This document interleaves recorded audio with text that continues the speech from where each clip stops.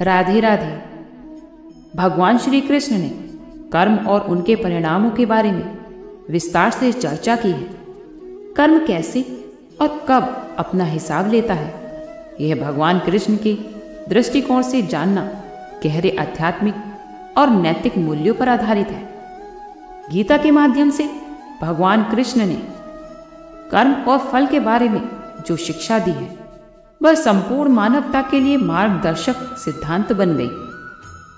आइए भगवान कृष्ण के संदर्भ में कर्म के सिद्धांत को विस्तार से समझते हैं। कर्म सिर्फ बाहरी क्रियाएं नहीं है, बल्कि वह व्यक्ति के मन, विचार और इरादों से जुड़ा होता है। कर्म करना अनिवार्य है, लेकिन उसके फल की चिंता किए बिना कार्य करना ही श्रेष्ठ माना जाता है। यह ज्ञान ही कर्म के परिणाम और उसके हिसाब लेने के समय को समझने का आधार बनता है। कृष्ण के अनुसार कर्म के फल का समय और तरीका व्यक्ति के कर्मों की प्रकृति, उसकी नियत और उसके पिछले कर्मों पर निर्भर करता है।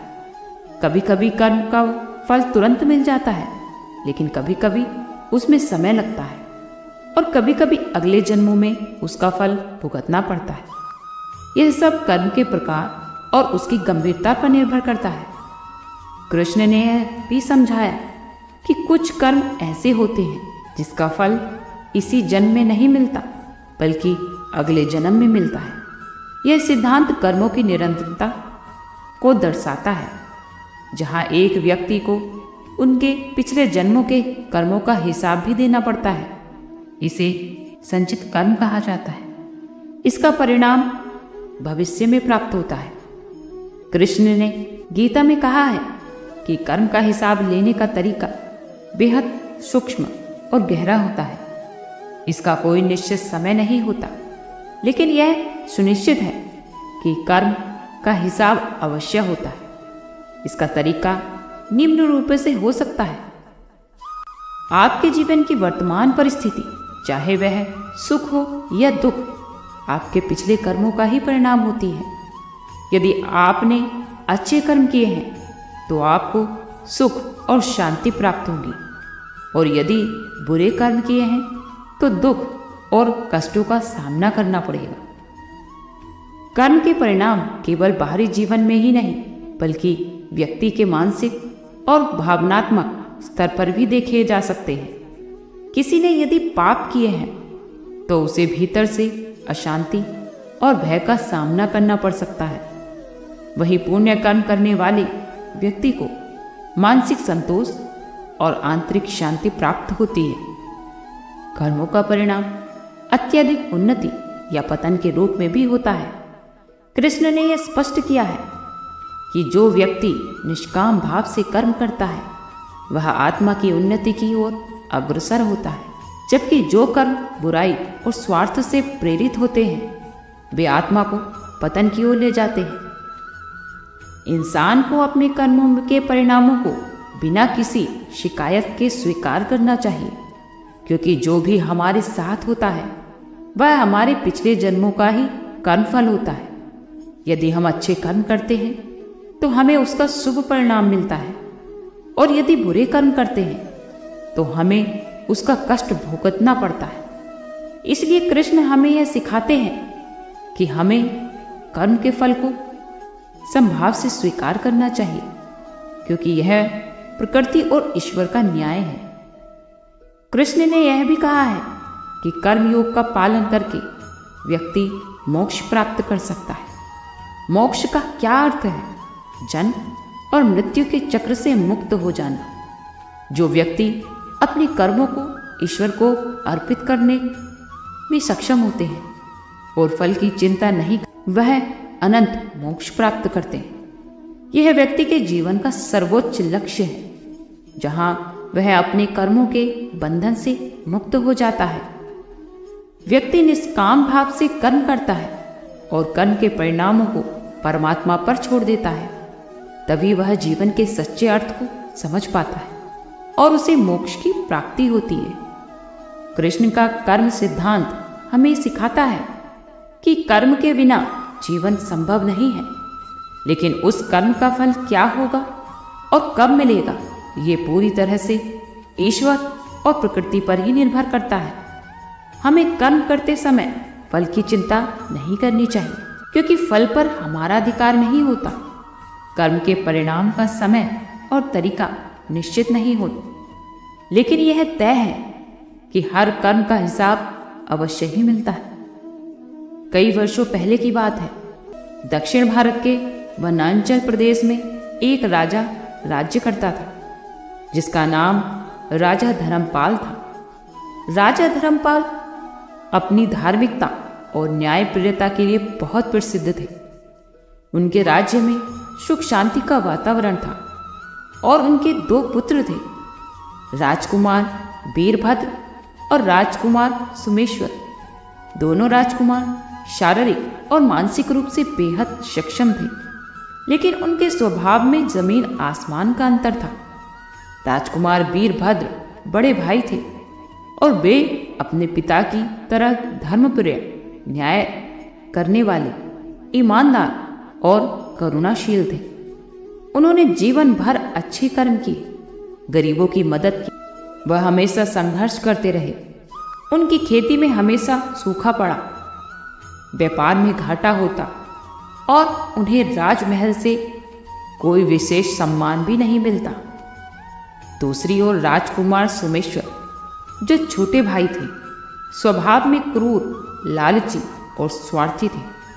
वह हमेशा दूसरों का शोषण करते, बेईमानी से धन कमाते और लोगों के साथ दुर्व्यवहार करते। लेकिन उनकी समृद्धि लगातार बढ़ती जा रही थी। वे ऐश्वर्य में रहते, उन्हें राजा का प्रिय पुत्र माना जाता और लोग उनके पीछे पीछे घूमते रहते। सोमेश्वर का जीवन पूरी तरह से विलासिता और सुख सुविधा से बीत रहा था। वीरभद्र हमेशा सोचते रहते, मैंने जीवन में हमेशा अच्छे कर्म किए, फिर भी मुझे क्यों दुख और संघर्ष का सामना करना पड़ता है। और मेरा भाई जो हमेशा बुरे कर्म करता है, उसे हर प्रकार का सुख और ऐश्वर्य क्यों प्राप्त होता है? क्या यह न्याय है? अपने जीवन की इन विडंबनाओं से हारकर, थककर वीरभद्र ने अंततः राजा धर्मपाल से आज्ञा ली और सत्य की खोज में निकल पड़े। वह एक तपस्वी साधु से मिलने का निश्चय करते हैं, जिनके बारे में सुना था कि वे कर्म और धर्म के गहन ज्ञान से पारंगत है। वीरभद्र ने कई महीनों तक पहाड़ों, जंगलों और नदियों की यात्रा की और अंत में वे हिमालय के एक गुफा में पहुंचे, जहां साधु विश्वनाथ तपस्या कर रहे थे। वीरभद्र ने साधु के चरणों में गिरकर कहा, हे महामंत्री, हे महात्मन, मैंने जीवन में हमेशा सत्य, धर्म और न्याय का पालन किया है, फिर भी मुझे दुख और कठिनाइयों का ही सामना करना पड़ा। वही मेरा भाई जो हमेशा बुरे कर्म करता है, समृद्धि प्राप्त हो रही है। क्या यह ईश्वर का न्याय है? क्या कर्म का सिद्धांत सही है? कृपया मुझे इसका उत्तर दे। साधु विश्वनाथ ने अपनी आंखें खोली और कहा, वीरभद्र, कर्म का सिद्धांत अत्यंत जटिल है।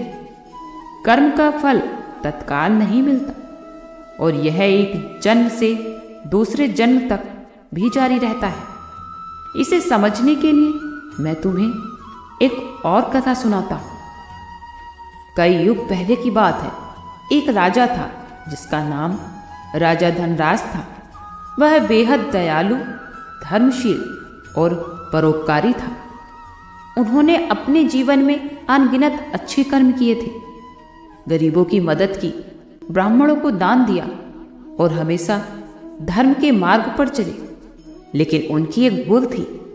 एक दिन उन्होंने एक निर्दोष तपस्वी पर क्रोध में आकर हमला कर दिया, जिससे उस तपस्वी की मृत्यु हो गई। तपस्वी, जो महान योगी धनराज को श्राप नहीं दिया, लेकिन उनकी आत्मा ने यह तय कर लिया कि अगले जन्मों में राजा को इसका परिणाम भुगतना ही होगा।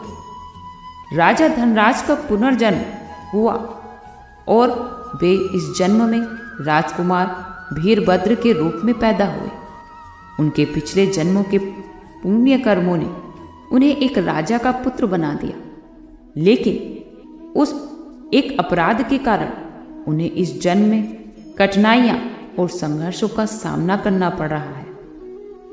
वही वह तपस्वी जिनकी हत्या राजा धनराज ने की थी का पुनर्जन्म राजकुमार सोमेश्वर के रूप में हुआ। सोमेश्वर के पिछले जन्मों के पुण्य कर्म उनके शक्तिशाली थे कि सोमेश्वर के पिछले जन्मों के पुण्य कर्म इतने शक्तिशाली थे कि इस जन्म में बुरे कर्म करने के बावजूद वे समृद्धि और ऐश्वर्य को भोग रहे थे, लेकिन उनके बुरे कर्मों का परिणाम भी उन्हें अगले जन्म में भुगतना ही होगा। साधु विश्वनाथ ने वीरभद्र से कहा, हे राजकुमार, यह समझ लो कि कर्म का फल कभी व्यर्थ नहीं जाता। कभी कभी पिछले जन्मों के अच्छे कर्मों का परिणाम इस जन्म में मिलता है और कभी बुरे कर्मों का परिणाम अगले जन्मों में मिलता है। तुम्हारे भाई सोमेश्वर को उनके पिछले जन्मों के अच्छे कर्मों का फल इस जन्म में मिल रहा है, लेकिन यह सुख स्थायी नहीं है। अगले जन्मों में इसे अपने बुरे कर्मों का हिसाब चुकाना होगा। तुम्हारे साथ भी यही हो रहा है। तुम्हारे पिछले जन्म के कर्मों ने तुम्हें इस जन्म के संघर्ष और कठिनाइयां दी, लेकिन तुम्हारे इस जन्म के अच्छे कर्म अगले जन्म में तुम्हें मोक्ष और समृद्धि देंगे। कर्म का न्याय अटल है, लेकिन इसका समय और तरीका ईश्वर की इच्छा पर निर्भर करता है। वीरभद्र को अब कर्म के सिद्धांत का सही अर्थ समझ में आ गया था। उन्होंने साधु को प्रणाम किया और वापस अपने राज्य लौट आए। उन्होंने अब जीवन में कभी भी दुख या कष्ट को अन्याय नहीं माना, बल्कि धैर्यपूर्ण अपने कर्मों का पालन किया। इसी प्रकार हर मनुष्य को अपने कर्मों पर ध्यान देना चाहिए। सुख दुख हमारे ही कर्मों के हिसाब से हमें मिलते हैं, इसलिए इससे घबराए नहीं, बल्कि धैर्य के साथ इसका सामना करें। आज के लिए इतना ही। कल फिर मिलते हैं एक नई वीडियो के साथ। खुश रहिए, स्वस्थ रहिए।